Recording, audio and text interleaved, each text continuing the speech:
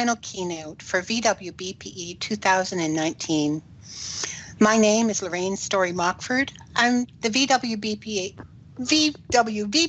2019 Programs Chair. It's my pleasure to introduce to you Dr. Jonathon Richter.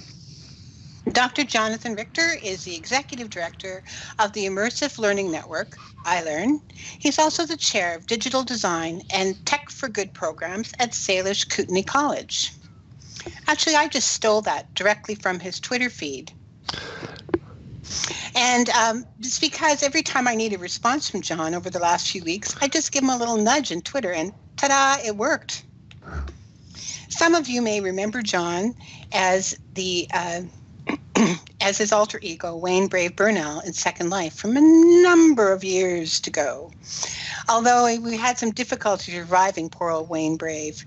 Today we have Wayne Brave Bernaldo, and in his honor, I am wearing my salamander t-shirt. Great. Wow. I'm so happy to be back here in Second Life. It really does feel like home again. I spent a lot of years in Second Life and in OpenSim, as well as Project Wonderland, playing around and doing a lot of different fun things with educators and all the other citizens. So thank you for being here, and I'm really pleased to be able to be here for the Virtual World's Best Practices in Education Conference here 2019. So can everyone see my title slide okay? Great. Great. So this is Crossing the Horizon Together. We're talking about scanning and transforming and sharing kind of the research or what works in immersive and cross-reality learning experiences. Thank you for the introduction, Lorraine. That was very kind of you, and that is so cool to see that salamander T-shirt. so that actually comes up a little bit here. So this is what my avatar. I somehow couldn't get access to my old avatar in time, as my University of Oregon email account was disconnected some few years ago. But this is a picture of what Wayne Brave looked like. I sort of had a little bit of a problem with Second Life when I really got into the community. I felt like everybody was just too good looking and too there was just a little bit too much of a sexual nature to it, in a sense. So I really started experimenting with a non-attractive avatar, and this is kind of what I landed on. I found a gargoyle avatar. I stripped off the textures. I put on an avatar template just to kind of play around with people not thinking like, who are you?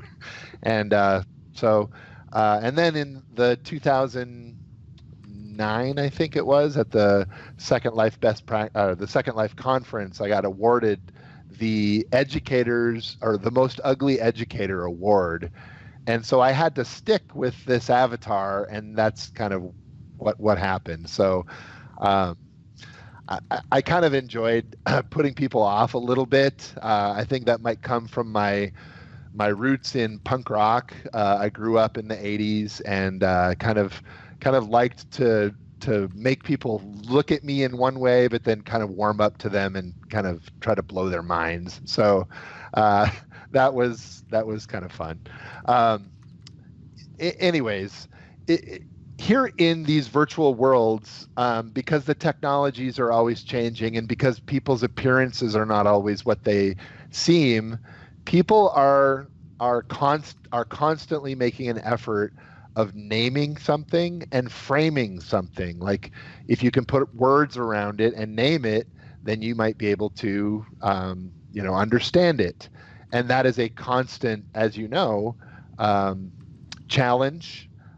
Technologies are always changing, things are always moving, and things aren't always what they seem. And yet we're looking for actual evidence and trails of breadcrumbs to identify and name things for what they are.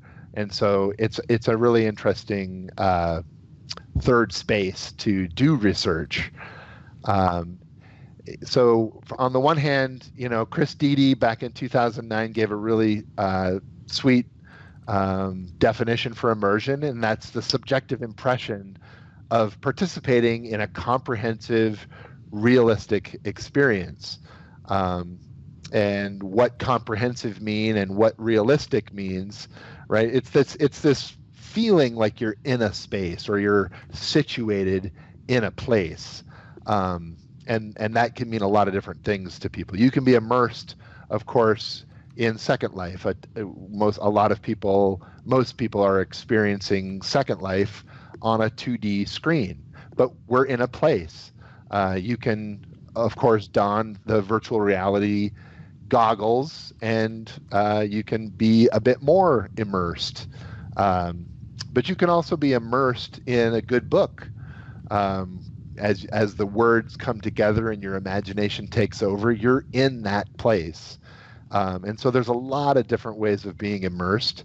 And the Immersive Learning Research Network is interested in all of them, but we're interested in really figuring out what works for whom in what circumstances. And so that's kind of fun to do. And Chris Dede at Harvard University has been, I've been fortunate to call him a friend and a mentor.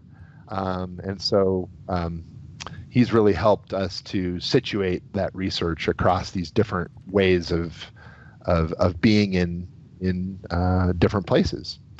And this new term, XR, it's not really new, but it's really becoming a new popular term around the world, is another thing that we're naming and framing. And so recently Wired Magazine came out and called this the third pillar of entertainment. Or they're also wondering perhaps it's just a lot of marketing hype. You're seeing XR attached to lots of different consumer marketing and consumer reports, or perhaps it really is the next big thing in immersive experience. Of course, perhaps it's all three of these things.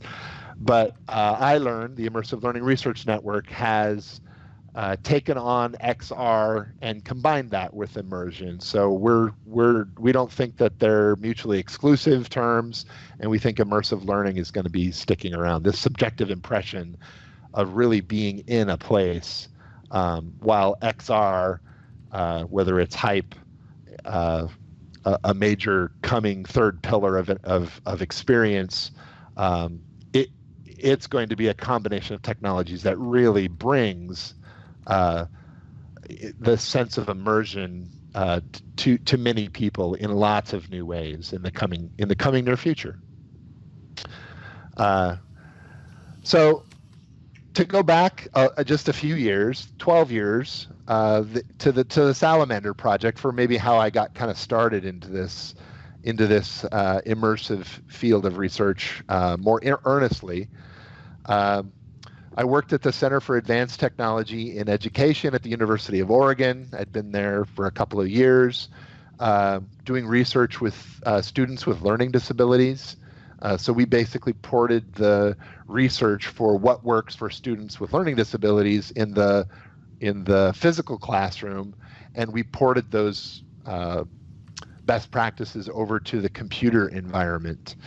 And my boss and my friend, Dr. Lynn Anderson Inman at the University of Oregon, really encouraged me to kind of strike out and form my own research agenda, kind of experimenting in my own interest areas as well. And I was like, wow, I love video games and I love these virtual worlds. And so within a couple of years, we started really making friends and community in Second Life. So we wrote a proposal through the Northwest Academic Computing Consortium to create a searchable database of the various educational builds in Second Life. And we partnered with a Spanish company called Slug. I'm not sure if Slug is still around, but they were basically a delicious style tool that you could use in Second Life to tag things. And so we partnered with them and Eloise Pasteur, and together we created sort of this heads-up display. Here is an old photograph from about that time with a picture in the upper left-hand corner of the salamander HUD, where you could push the push pin, which allowed you to take a landmark of whatever it was you were looking at. You could also tag avatars, by the way, so people could be educational resources too. And then there was a magnifying glass to click on the search, so you could search through the whole database of everything that people had looked for. And then there was an information button. But this was the original salamander dispenser there, that orange dreamsicle looking vendor. And this was the space where we first started talking about the findings. So that's Wayne Brave's, the back of Wayne Brave there from that photograph.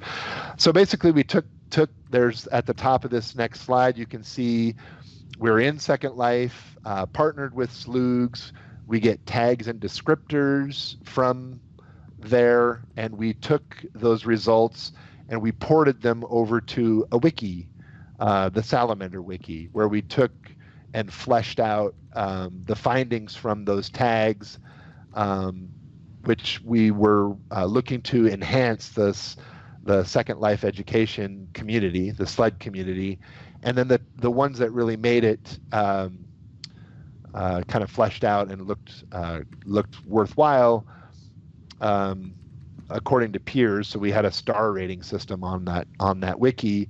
Those then got ported over to the Merlot, the multimedia educational resource for learning and online teaching materials collection of the California State University system.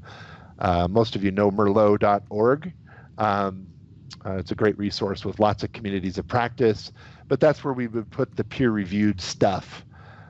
So it was kind of a mashup of Second Life with this HUD dumped into the wiki and then further dumped into Merlot. So we were working really hard to create that community of practice. So here's what it looked like on the SLUG database, where you can see all these various things. And then here is this next slide is an example of what it looked like on the Salamander wiki. With the ratings there at the top, you can see the stars and a couple of photographs from Math Playground. And then here's what it looked like on the Merlot server. So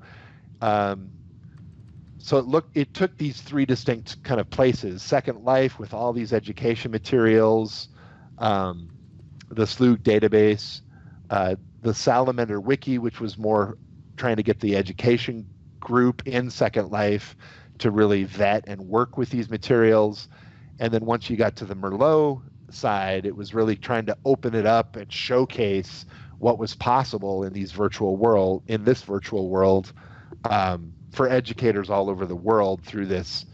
I think it's one of the most widely used databases for educational materials.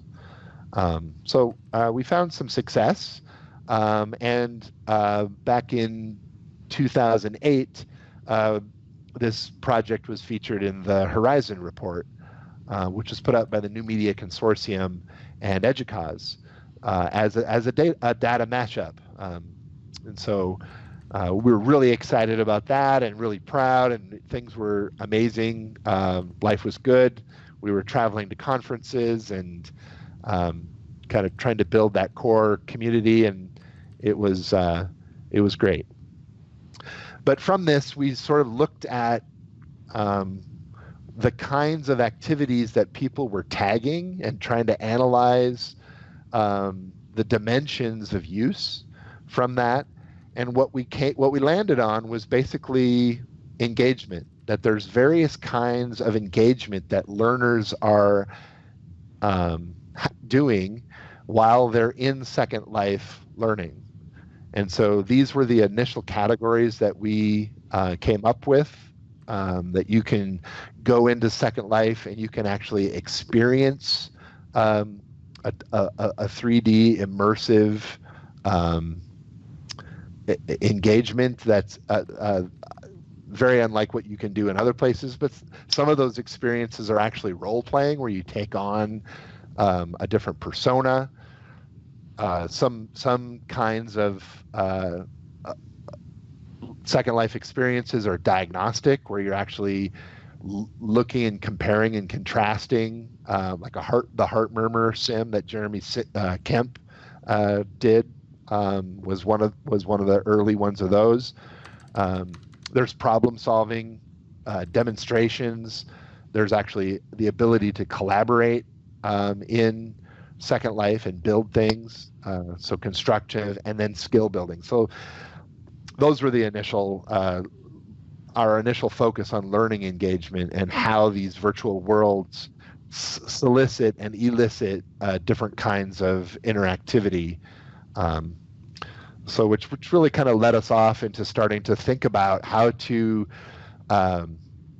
effectively categorize these different kinds of learning engagement and then create a research agenda around them. So my boss, Lynn Anderson-Inman, actually introduced me to Chris Deedy, who is a longtime friend of hers. And after I picked my jaw off the floor, because he was one of my longtime heroes, we got to start the Applied Research in Virtual Environments for Learning Special Interest Group of the American Educational Research Association. And ARVL-SIG got its start right then, about 2008, 2009. And at the time, a lot of the researchers that we were trying to collaborate with did not really see themselves in the word virtual. That at the time was really relegated to people in virtual worlds, like here in Second Life. And virtual also is a term used for just being online in learning management systems and things. And so after much debate, we changed from ARVL-SIG to ARIEL-SIG, so virtual to immersive. So we turned the Applied Research in Immersive Environments for Learning became so ARIEL-SIG.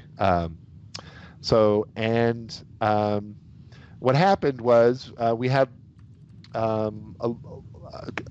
over 100 different educational researchers, I think, was at the crest of ARIEL-SIG.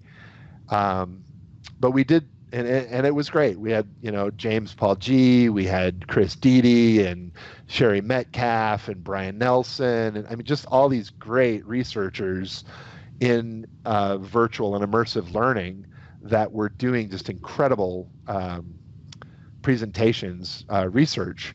But we did kind of feel like we were delivering pizzas to one another.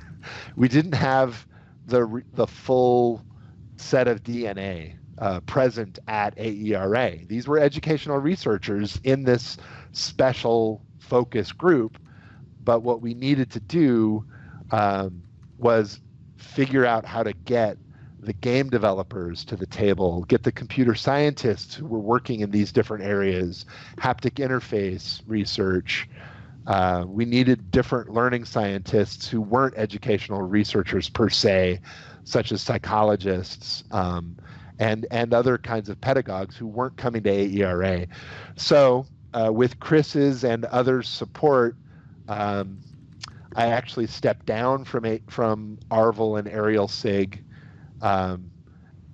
to form another group that would maybe more encompass this larger folks. I have a slide here on one of the last things that we started doing. I was engaged in Second Life here, and this is the virtual safaris of getting different people to go about Second Life and other immersive spaces, games, etc., to really harvest the educational capacity. And I just threw that in there to show you. But this is what became, like I said, this larger scope of game developers and computer scientists, ed tech, as well as others. So the Immersive Learning Research Network was born actually in 2014 at Corvallis, Oregon, where we kind of did a little mini symposium. But in Prague back in 2015, we had our first international meeting in connection with a ambient intelligent environments conference. And they're still good friends with us. We're colleagues with the ambient and intelligent environments conference. So from there we went to Santa Barbara, California, and then Coimbra, Portugal in 2017. Last summer was here in Missoula, Montana, and we're looking forward now to going to London in this June. So basically what we got was kind of jumping back and forth to various locations in North America to Europe year after year. So North America, Europe, North America, Europe. And then this past December, through my colleague Mark Lee, who he and I worked at Merlot together, and a number of different projects. We've been friends and colleagues for quite some time. iLRN started co-hosting a special track on XR and immersive learning at the TAIL conference in Wollongong, Australia this last December. So we're looking forward to this coming December at Yogyakarta in Indonesia, and then in 2020 it'll be in Japan. So we're going to be looking to co-host that special track on XR and immersive learning for the TAIL conference for the foreseeable future as well. So kind of what this gives us, or what this has kind of sprouted, is, like I said, North America, Europe, last week of June each year. And that, so we've created kind of a foundation of research around what we call the Triumvirate of immersive learning. And that is, you need good computer science kind of underneath what your immersive learning is about. You got to know the software, and you have to know the hardware. And then with that is the game studies. So game developers, like understanding how to create a high quality interface that will hook that user to stay in that environment, kind of stay focused on what you want them to learn, persist at their efforts, and engage in that material, perhaps for quite much in interesting ways. I mean, that's a whole set of, as you all know, knowledge and dispositions for doing that. And then that also needs to be hooked to the learning outcomes. So the psychologists and the pedagogues who understand assessment, who understand the particular nature of the discipline for whatever the environment is being created for. And then, so computer science, game studies, and learning sciences is sort of the foundation of immersive learning. But then we also want to meaningfully connect to what works to all the disciplines where these immersive and XR learning is applied. So medical education, cultural heritage and language, environmental sciences and the natural world. There's immersive experiences for teaching software engineering, the arts, humanities, literature. So of course, immersive learning and XR can be applied to so many different disciplines and lenses. Anywhere where a situated understanding is required, immersive learning can do some good.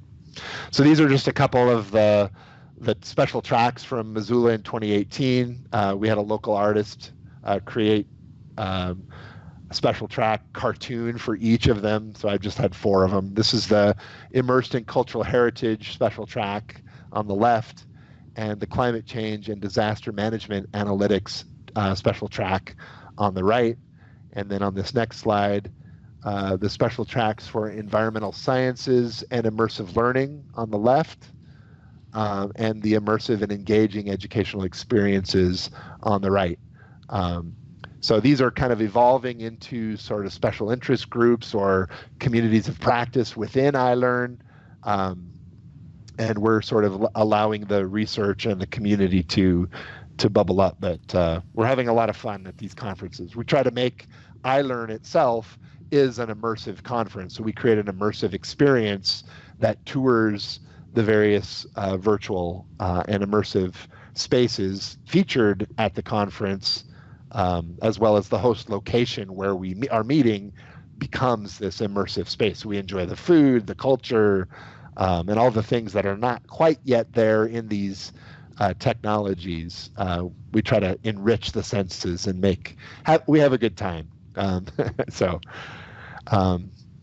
In essence, what iLRN is really trying to do, in addition to tying these various content areas that are necessary to create high quality immersive experiences, we're trying to showcase this high quality research, and that's through partnerships with top tier journals such as Virtual Reality and the International Journal for Educational Technology. And so we do computer science journals, we do education technology journals, and we try to vet the top research to be celebrated, because it's kind of a gold standard around the world to have that. So we need to keep that research standard very high.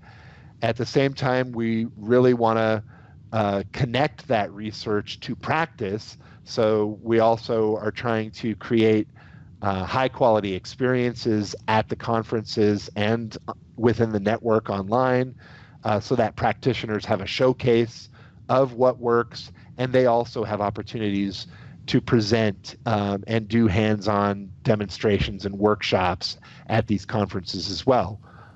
So it's a big community of practice that we're trying to create that connects that top level research to various levels of practice. So each conference, like I said, we try to create an immersive experience, and then also we're doing this annual scanning effort that starts at the beginning of the year. We just started our first formal scanning effort this January. So we're scanning the environment, looking for emerging trends and technologies, as well as journal articles that are popping up across the disciplines. We're identifying those trends and technologies, and we're gathering those so that we can put those into a format that is consumable by researchers as well as industry and practitioners. So halfway through the year, which is our iLRN conference, we're going to be gathering in London, and we're going to be sifting through the findings so far, and we're going to be highlighting the areas that we've been that have surfaced, and we're going to be plotting for what we're going to be doing next. So then at the TAIL conference in Indonesia, we'll be wrapping it up. We'll be saying, what have we found?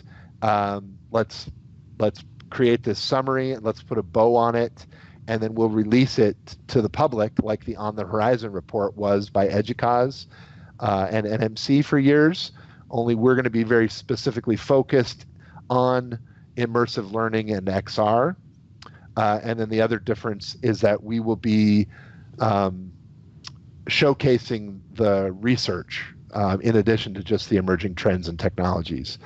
So we're really excited about this, and it is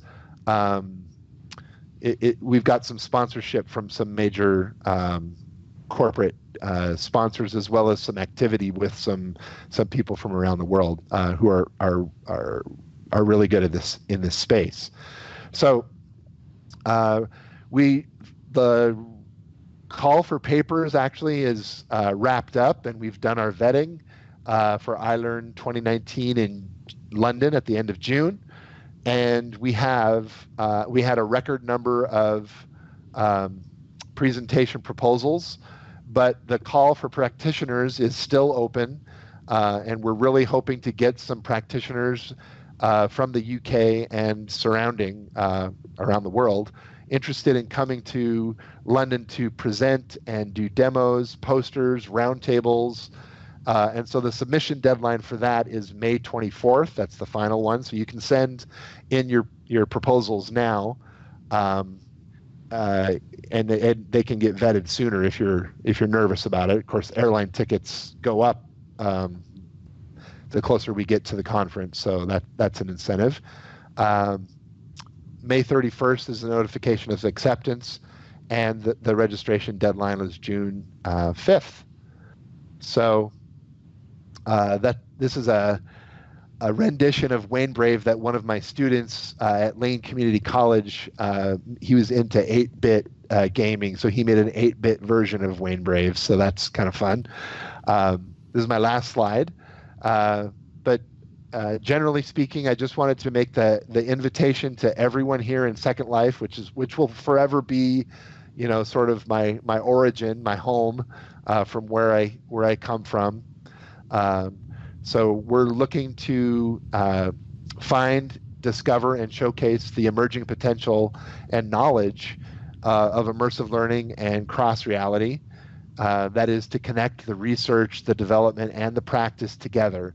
So we'd really like you to join iLRN. It's a network, so lots of companies and individuals and groups, universities are part of it. You can check it out at immersivelrn.org. That's our website. Or there's this link is to our immersive learning community on Discord. So we're also on Facebook and Twitter and et cetera. So please join us at whatever level you'd be interested, and we'd love to showcase your work and help you in your practice. And thank you very much. I would love to take any questions or chat with you about your projects, or I'll just be quiet and let you guys talk. Thank you. Thank you so much, John. That was amazing. It was great to help us revision the future of immersive learning by first looking back at where we've been.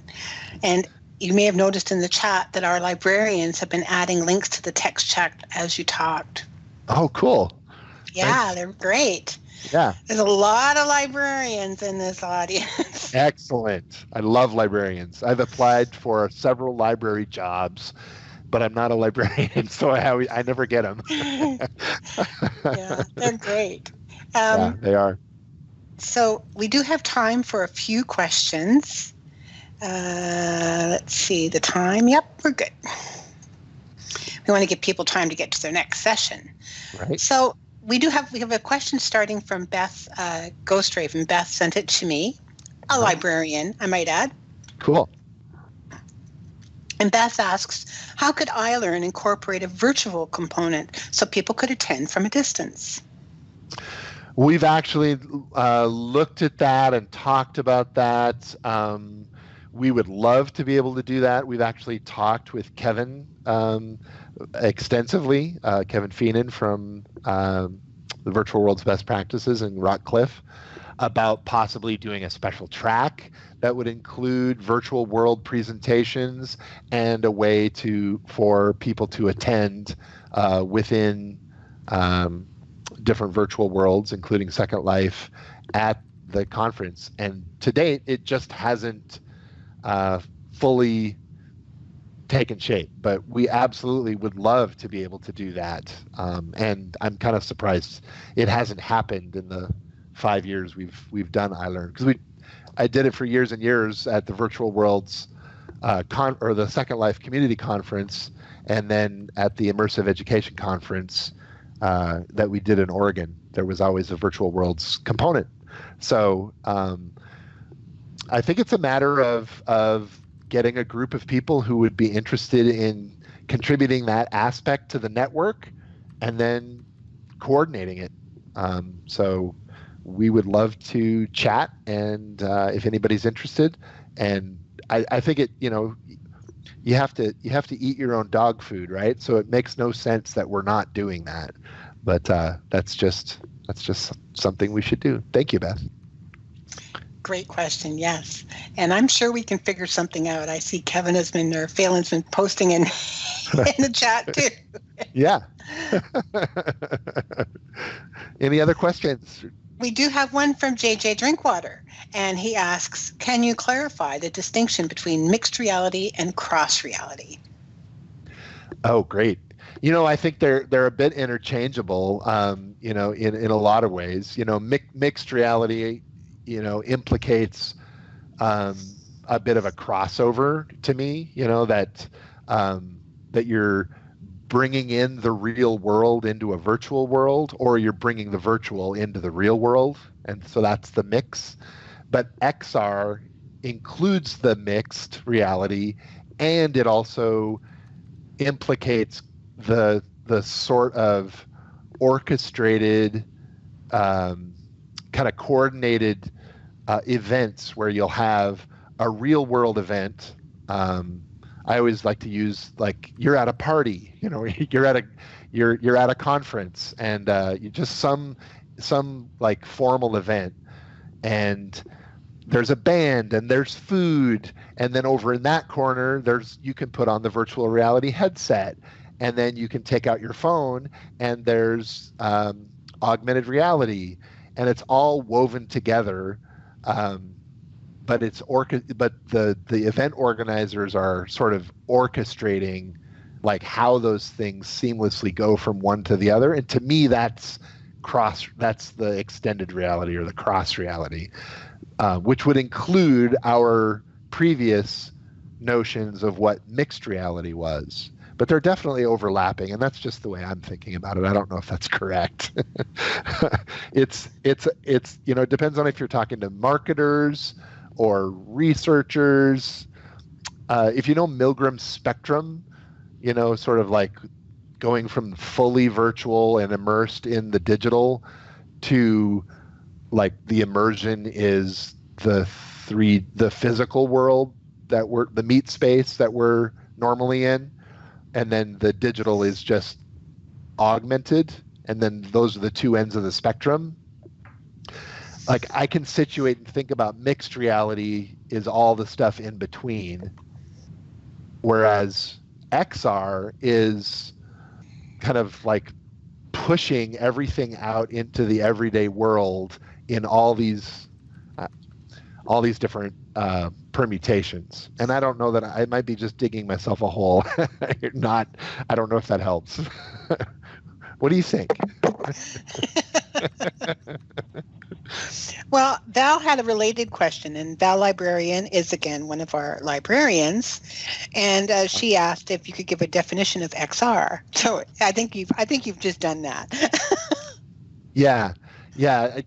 XR, like I said, that Wired magazine article that just came out last month really talks about that really well, and there is no definition. It depends on who you're talking to. It's kind of a fuzzy logic sort of thing.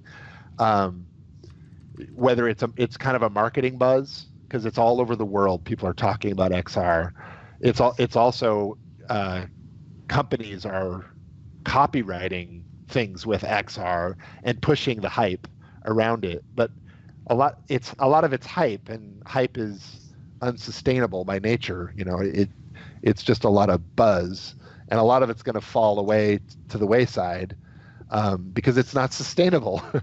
And so trying to figure out what the reality of XR is, there's in London, actually, they have you can zip line across the Thames River, and then you can put on you get 2 tickets, and the second ticket you put on the virtual reality headset, and they time the zip line flight with the experience in the virtual headset is the fastest zip line in the world in Dubai. So you cross the Thames River, only you feel like you're in Dubai going as fast as as fast as any zip line has ever gone. And so that's cross reality, right? But it's kind of mixed reality too. So I don't know. Does that make sense? So there's also the theme parks are using virtual spaces, have been for a number of years as well, and that kind of is cross reality as well. Great. And I have one final question. I'm sorry, everyone, but that's going to have to be it. And the question is from Al Supercharge. I'm just going to make sure I have a copy. There we go. Uh-huh. And Al asks, can you describe some immersive in-world projects that have data proving effectiveness for education? It's a big question for the end. It is. Some immersive in-world projects that have data proving effectiveness for education. I'd like to harken back to the beginning of my, my slides, where Chris Dede actually in 2009, is my slide still up there? I'm not sure. It should be. I think so. Yep, they should be. It's not resing for me though. But in 2009, Chris Dede wrote a great article summarizing the research in Science Journal, which is like the top, that and Nature are the two top science journals in the world. And basically saying that, anytime you have a situated understanding is what's necessary, meaning that you need perspective from a particular point of view, right? So if you want an understanding of the cosmos, you can show somebody a video of like zooming out from planet Earth and showing them, but actually like immersing them in that space and then showing the great vast distances of space that it takes, and being able to look around you in any direction and there's just milky blackness everywhere. It really gives somebody like that embodied understanding of how big the cosmos is. Same thing as if you like shrink down to the nano level and you can see things at the molecular, like what's happening at the molecular level for carbon. That situated understanding has been proven to be more effective than other kinds of instruction, including face-to-face instruction. So it's worth the cost, and it's worth the development, and it's worth the effort to get people into those. So actually, Dede's work at Harvard called EcoMove and EcoMobile, they did a really excellent job of keeping the engagement and documenting the value that comes out of it.